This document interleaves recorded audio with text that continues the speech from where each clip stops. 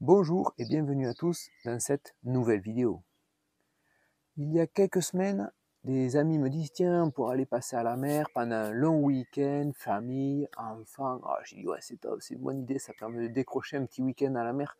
Surtout quand ils annonçaient du grand beau, c'était vraiment une très bonne idée. Et dans ma tête, ça a fait son petit chemin et je me suis dit mais pourquoi pas descendre en vélo. Alors pour pimenter la chose, je suis descendu avec Bibi qui est derrière moi, un vélo que j'ai déjà présenté, enfin que vous connaissez surtout le cadre avec sa couleur caméléon. J'avais réalisé moi-même la peinture, je vous remets le lien ici dans le coin si vous souhaitez la revoir pour cette peinture donc caméléon qui compose de trois couleurs selon l'angle de vue et la luminosité. Ce vélo est tout en alu, fourche et cadre. C'est un vélo qui est du début des années 90. Bon, il y a juste le cadre. J'avais bien sûr les roues, à part la roue avant, je crois qu'elle est d'origine, la roue arrière, bon, ça a été changé. La transmission aussi, parce que d'origine c'était un 3x8 et là je suis un 2x10. Et donc me voilà parti avec ce vélo, pesé comme ça avec les pédales et sans sacoche, avec les porte-gourdes tels que vous le voyez derrière moi. Il pèse 10 kg tout rond. Donc ça a été le challenge de se dire est-ce que je vais réussir à faire et est-ce qu'il est possible de faire 200 km et 2000 mètres de dénivelé positif avec un vélo qui n'est pas de la dernière génération. Donc je suis parti de Rodez à 8 heures direction le sud du département. La première difficulté était dans les premiers kilomètres, en fait au niveau du 15e, c'était le col de Aujols. Pas une grosse côte, mais quelque chose qui monte régulièrement pendant plusieurs kilomètres, autour de 4%.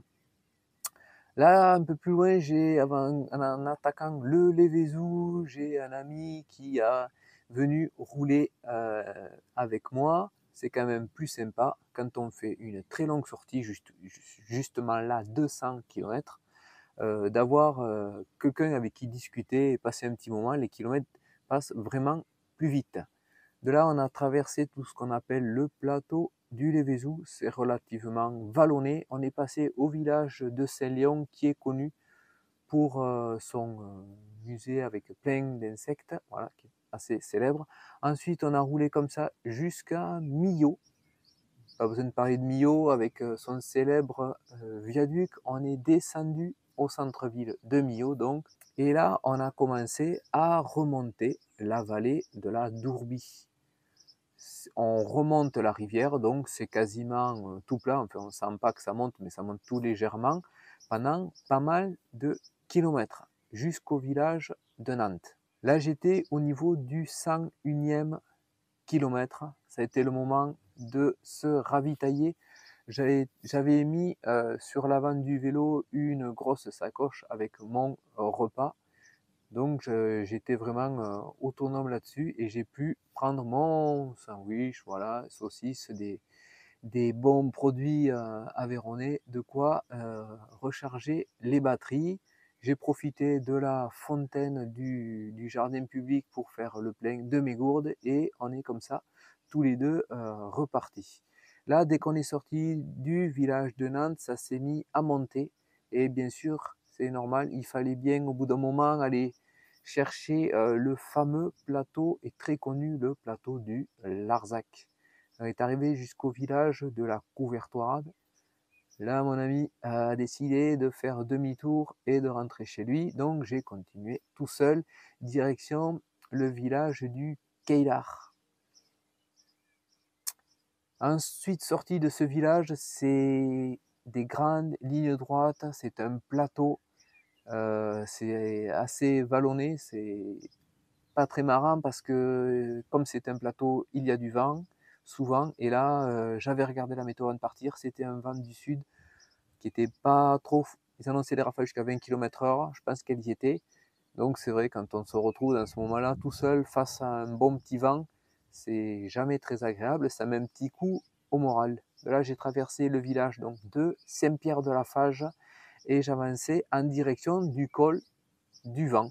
Le col du Vent, en fait, il est juste à côté du mont Saint-Baudille, un mont connu du département de l'Hérault, avec en haut un petit observatoire, on peut y monter, et avec une immense antenne avec des relais divers. Il fait vraiment chaud, même s'il y a un petit peu d'air qui en plus j'ai de face, donc ça va être un frein pour finir d'arriver jusqu'à la mer. Il me reste 60 km environ, donc j'en ai fait un bon morceau, mais je commence à bien le ressentir dans les pattes. Je suis autour de 1750 de D+. Donc voilà, ça commence à piquer. Une fois ce col du vent passé, on plonge directement dans la vallée. C'est super beau. On a vraiment un très beau point de vue sur la garrigue.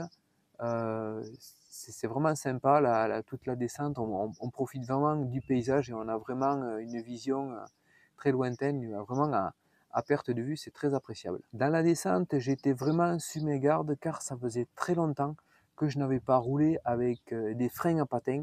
Et c'est vrai que le temps de réaction, même avec des conditions très ensoleillées et donc un terrain sec, il y a toujours ce temps de réaction qui est vraiment un petit peu hasardeux. Et c'est vrai que de ce côté-là, le disque rassure vraiment. Et pendant toute cette descente, il y avait un bruit bizarre dans la transmission. Je me disais, il y avait quelque chose qui ne colle pas.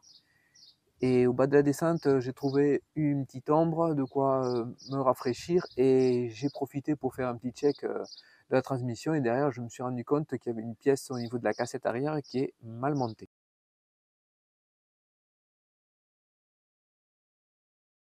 De là, il me restait encore 50 km. Les routes sont vraiment en très piteux état. Je ne sais pas s'ils les entretiennent pas pour que les gens ne roulent pas trop vite, vu qu'il y a quand même beaucoup de circulation dans ces villages.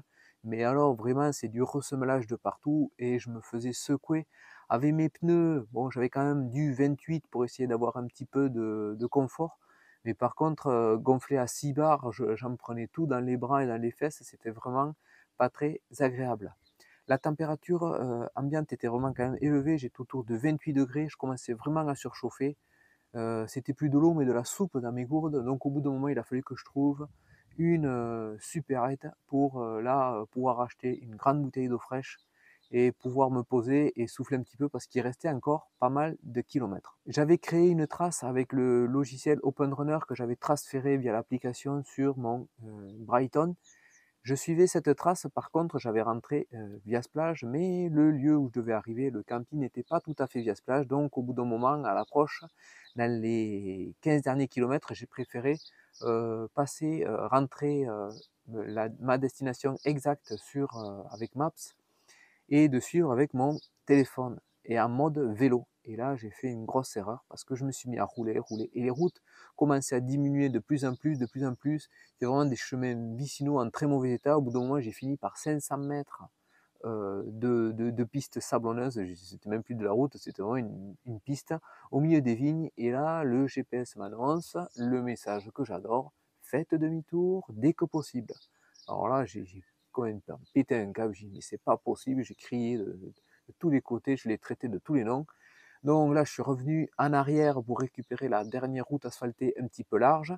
Et ce que je craignais, c'est qu'en mode voiture, il m'envoie sur la voie rapide qui était juste à côté. Donc j'ai quand même changé sur Maps, j'ai rentré ma destination, ma mode voiture. Et effectivement, là, il m'a envoyé dans un village, j'ai sorti du village, boum, grosse départementale avec les voitures l'une au-dessus de l'autre qui roulaient à 90. C'était vraiment la voie rapide, c'était vraiment pas marrant de rouler là-dessus, mais au final, j'ai regardé, j'avais pas trop le choix. J'avais commencé des SMS qui commençaient à arriver sur mon téléphone parce que je commençais vraiment à être à la bourre et j'allais rater la première tournée d'apéro. Bon, ça, c'était pas grave. Mais je commençais vraiment à être en retard. Donc là, j'ai pas eu le choix. Je me suis tapé 3 km, 3 km et demi de grosse nationale. Alors là, j'ai jeté vraiment mes dernières forces dans la bataille pour essayer de limiter le temps sur ce grand axe.